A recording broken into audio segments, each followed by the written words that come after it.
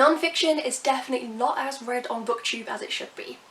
Hey folks, it's Abby, and we criminally underread and underrepresent and underlove the non-fiction genre here on BookTube. What we read is almost all fiction, apart from a few select channels that I adore watching. I thought I would give you some examples of some great non-fiction books that you can pick up and that you might actually enjoy, despite the fact that you may find the genre intimidating. I'm going to start this video with the easier books to get into the non-fiction genre, and then I will delve into the more difficult books if you're wanting a little bit of a challenge. So first up is the easiest book on this entire list, and that is This Is Going to Hurt by Adam Kay.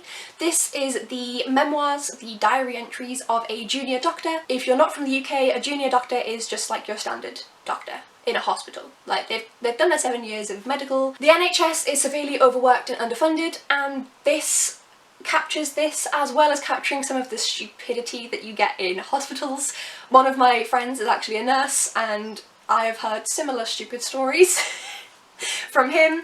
Because it's written like a diary entry, it is really informal and really chatty, so you don't need to worry about the language being too difficult, because it's definitely not. And also, I laughed out loud when I was reading this. I got this from a supermarket, and then I sat and read the entire thing the same day. My partner was trying to fix some technical stuff, so he was sat over in the kitchen. I was sat in the living room, just giggling to myself and constantly going over and being like, listen to this bit, listen to this bit. It's really good, it's really funny, it's a good insight into the NHS and the struggles that it has. So if you are American from the United States and you're wanting to learn a little bit more about the NHS, I would recommend this one as well, but also if you're British, this is just hilarious. Please pick it up.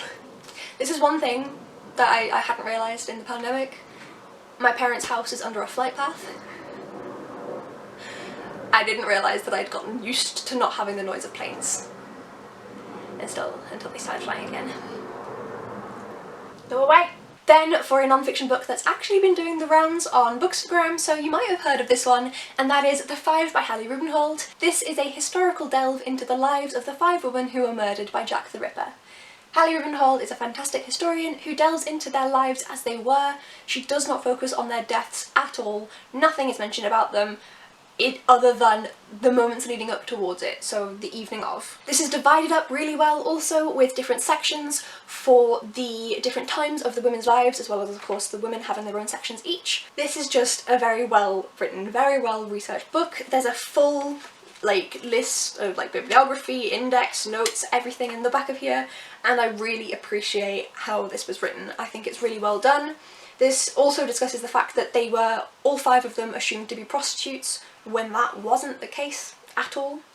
There's nothing wrong, obviously, with being a prostitute, whether back in the 1800s or nowadays. So at the time and nowadays, they used the assumption that all of the women were prostitutes to characterise Jack the Ripper, which is probably part of the reason why they didn't actually find him, because he wasn't killing prostitutes. And then also so that in the media they could downplay the importance of these women, because it was seen as though, oh, they're just prostitutes, when that shouldn't matter, but also they weren't, combined. Very interesting book, very easy to read through. Again, this is about 350 pages, not including the notes, and is not in technical language. It's something that is very much readable. So I really recommend this one. Now delving into the tough books. So the last 2 are a little bit more difficult. This is going to seem worse than it is. Long Walk to Freedom by Nelson Mandela. So this is Nelson Mandela's autobiography. It starts out with his life as a child in South Africa and builds up through his teachings into becoming a lawyer and his move into activism, as well as then in the later sections how this happened in other countries across Africa and across the world, and where he was at the point of writing this. This is such an interesting book, and what I'm about to tell you may hopefully make it seem less intimidating. So I read this across quite some time, this section, reading a chapter a day, 2 chapters a day, thinking that I was going to do that for the entire book. This I read in 1 day. I was working 8 AM till 5 PM, and I still read over 500 pages in 1 day. I couldn't put it down. I couldn't put it down. This is so well written. Mandela has such a good writing style, which you don't necessarily expect. He's a good talker, he's a good activist, but you don't assume he's going to be able to write a good book. He can. This is so good. It will give you so many insights, not only to just general life in South Africa and apartheid, but also Mandela's thought process, and will just kind of teach you more about this amazing man. This was gifted to me by Carrie from Caring for Books, so thank you so much, Carrie. You knew that I would love it, and you were 100% right. Thank you so much. And then the final book is the most technical of them all, and even then, it's not that technical, and that is No Place to Hide by Glen Greenwald. So this is the journalist who exposed all of the NSA secrets that Edward Snowden had gotten, and this kind of delved into that overall. So it starts off talking about how he was the one that Snowden approached. It then talks about how they were intending to release all of this information. It then tells you the information that was released, including showing some of the documents in the book. And then at the end it kind of talks about the impact and how this has influenced things going on from that point. It's not overly technical. Greenwald himself in the book talks about how he isn't very technological minded, so a lot of it is the fact that Edward Snowden was just getting pissed off at him not knowing how to use certain technical things. And it's a really interesting book. I had so many questions coming out of this, and I read this very slowly, which is actually a recommendation. So I read pretty fast. This is a 250-page book, and I tend to read 100 pages in an hour. I read this over 4 days, very slowly, annotating everything, because I just was so like invested in each word. It was so interesting. And even though this is technically old now, because it was published in what, 2012? When were you published?